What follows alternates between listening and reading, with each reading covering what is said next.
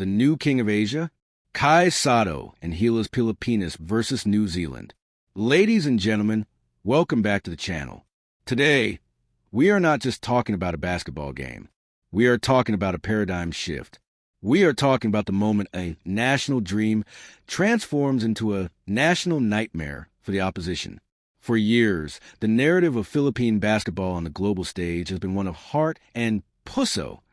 We were the scrappy underdogs, the smaller team fighting against giants, relying on speed and sheer will to survive. But something has changed. The script has been flipped. As we approach the FIBA February window, the world is no longer looking at Gilas Pilipinas as a team that simply tries hard. They are looking at a team that is coming to conquer. The headline is bold, but the reality is even bolder. We are heading into the enemy's territory. We are going to the Spark Arena in Auckland, and the man leading the charge, a 7'3" phenomenon who has decided that it is time to carry the glory. Kai Sotto is no longer just a prospect. He is the main character. The New Zealand Tall Blacks, the powerhouse of Oceania, the team that has long been the great wall we couldn't climb, are about to face a reckoning. This is the story of the revenge tour. This is the story of how Gilas Pilipinas plans to dismantle the old order. Let's dive deep to understand the magnitude of this upcoming February window in the FIBA Asia qualifiers. We first have to respect history. For a very long time, New Zealand has been the litmus test for Asian basketball excellence. The Tall Blacks have historically been a fortress, a disciplined, physical, and imposing unit that has frustrated Philippine teams for years. They possess a style of play that is clinically efficient. They don't just beat you, they bruise you. They utilize their size, their tactical discipline, and, quite frankly, their psychological edge to dominate the region. In the past, when Gilas faced New Zealand, the story was almost always the same. We would stay close for a quarter or two, relying on individual brilliance. But eventually, the physical toll would wear us down. We lacked the size to protect the paint for 40 minutes. We lacked the composure to handle their organized chaos. We were confused by their discipline and intimidated by their physicality. The Great Wall of New Zealand felt unbreakable. But the winds of change began to blow in the previous window. The world was shocked. The narrative that New Zealand was untouchable began to crack. And now, as we head into February, that crack is threatening to become a damn failure for the Tall Blacks. Why? What is different this time? The answer lies in the evolution of one man and the master plan of another. We are talking about Kai Sotto and Coach Tim Cone. Let's start with Kai Sotto. If you have been following his trajectory, you know the labels he has carried. The unicorn, the hope of Philippine basketball. For a long time, he was viewed as a tall boy, a lanky teenager with immense potential, but someone who was still waiting to fill out his frame, waiting to absorb the contact, waiting to find his footing among grown men. That boy is gone. In his place stands a national nightmare for opponents in Asia. The transformation we have witnessed in Kai Sotto is not just physical, it is mental. It is asserting what we are calling main character energy. When Kai steps onto the floor now, he isn't just participating, he is dictating. Look at the numbers from the last time these two nations clashed. Kai Sotto didn't just survive, he thrived. He posted a stat line that is almost unheard of for a center in the FIBA game. 19 points, 10 rebounds, and 7 assists. Let's pause on that for a second. 7 assists. In the history of traditional big men in Asian basketball, you rarely see a center acting as the primary playmaker. But that is exactly what Kai Sotto has evolved into. He is no longer just a target for lobs or a rebounder. He has become a hub, a playmaking center who can see over the defense, read the cutting lanes, and deliver passes with the precision of a guard. This evolution changes everything for Gilas Pilipinas. It means you cannot simply double-team him. If New Zealand sends 2 defenders to Kai in the post, he has the height and the IQ to find the open shooter or the cutter. He dictates the run of the whole game. This is why the critics who ask, "What if?" are now silent.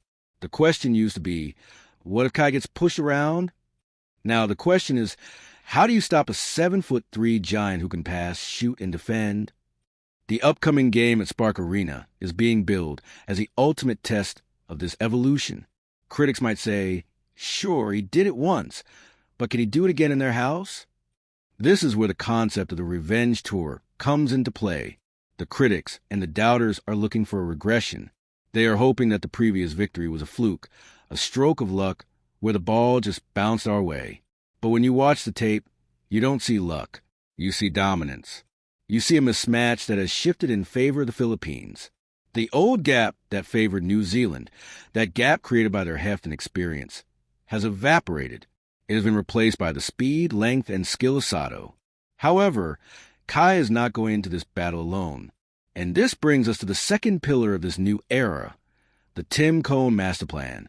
Coach Tim Cone is not just a coach. He is a system architect. In the past, Gila's teams were often criticized for relying too heavily on hero ball, giving the ball to the best player and hoping he could score against 5 defenders. That doesn't work against a team like New Zealand. They are too smart, too well-drilled. Tim Cone has installed an organized unit. This is a master plan that values spacing, ball movement, and defensive integrity above all else. Under Cone, Gila's has transformed from a collection of talented individuals into a machine. They are ready to occupy territory. The integration of Justin Brownlee and June Fajardo alongside Kai Sotto creates a front-court rotation that is arguably the best in Asia right now. Think about the defensive nightmare this poses for New Zealand.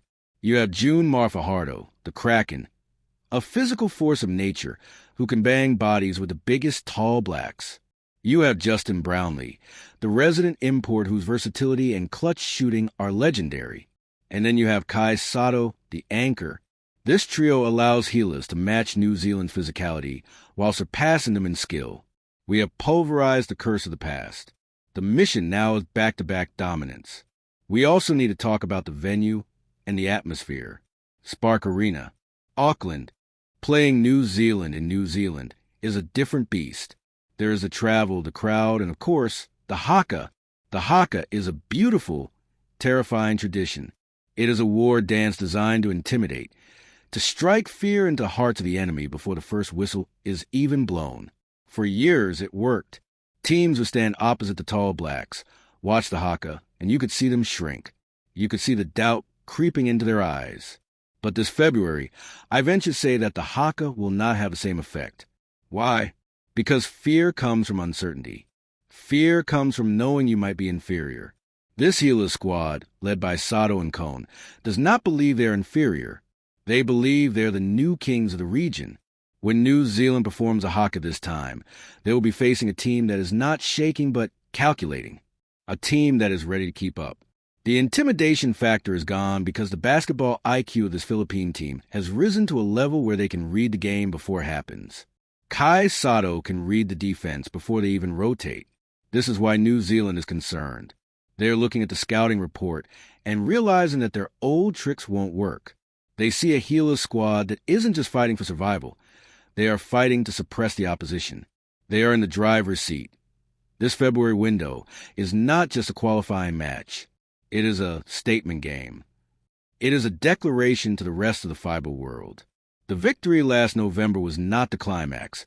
It was the prologue. It was the beginning of the ascension to the throne of FIBA Asia. For New Zealand, this is a harsh reality check. They have been the boss of the region for a long time. They are a basketball-crazy country in their own right, proud of their heritage and their standing. But they are facing a reality that is hard to accept. The Philippines has found the right formula. We have found the right coach. And we have found the right giant to take them down. The no return in the headlines? It signifies the point of no return for Philippine basketball. We have crossed the threshold. We are no longer the team that celebrates almost winning. We are the team that expects to win. So, as we look toward Auckland, as we anticipate the clash at Spark Arena, remember this. The pressure is not on Kai Sotto. The pressure is on New Zealand. Can they hold back the tide? Can they stop an organized, hungry, and talented unit that has decided that the throne is theirs? Kai Sotto carries the glory, but he carries it on broad shoulders that have grown strong enough to bear the weight of a nation. The doubters asked for proof. They asked if he could do it again. In February, under the bright lights of the Spark Arena, they are going to get their answer.